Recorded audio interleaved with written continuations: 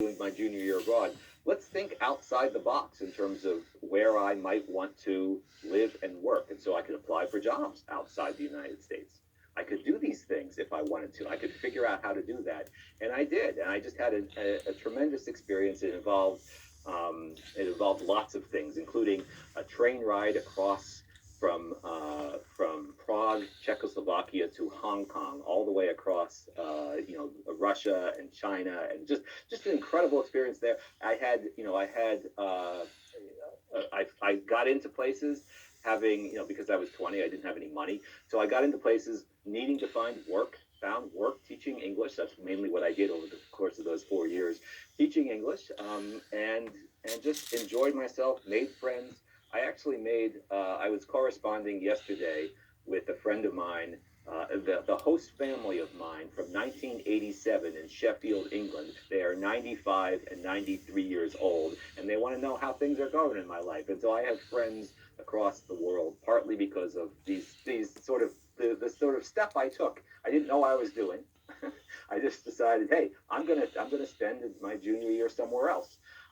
Again, that's a huge step, but there are small steps that I took too, and I want to emphasize that being the photo editor of the student newspaper. Now we don't have a student news. I mean, newspapers are what, a thing from 1980s anyway. But that changed my perspective on lots of things as well, and I see how putting out a paper every week had I got my this I have to I'm very attuned to deadlines and making sure that I meet those deadlines, right? So again, these things that I did outside of the regular check sheet um, really did change the way I view the world, the way I view myself, my life, my place in the world, those sorts of things.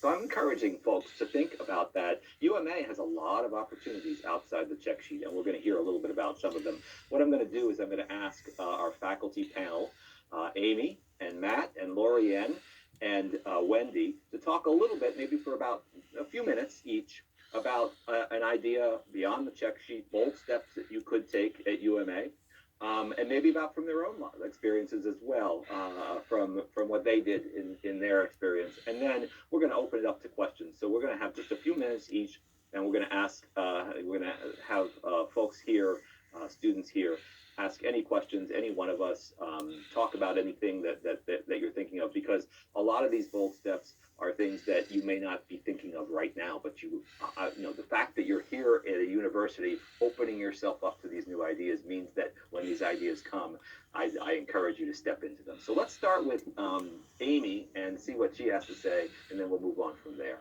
Okay? Thanks, Greg. I think you can see by Greg's enthusiasm that these horrible risks that give us hives are really end up being the best things. It's true. Every single awesome thing that has happened is usually because of some terrifying thing that I really didn't want to do. And it ends up just being incredible. And you definitely saw that with Greg. Like Greg, I have a lot of things that I could say. I'm going to focus on just a couple. For me, I was a non-traditional UMA student, also in the dark ages, and I was a single mom, and I was a full-time student, and I didn't have a lot of extra time. I loved being a student, but I had a child to raise and a house to take care of. And the thing about UMA is UMA in specifically supports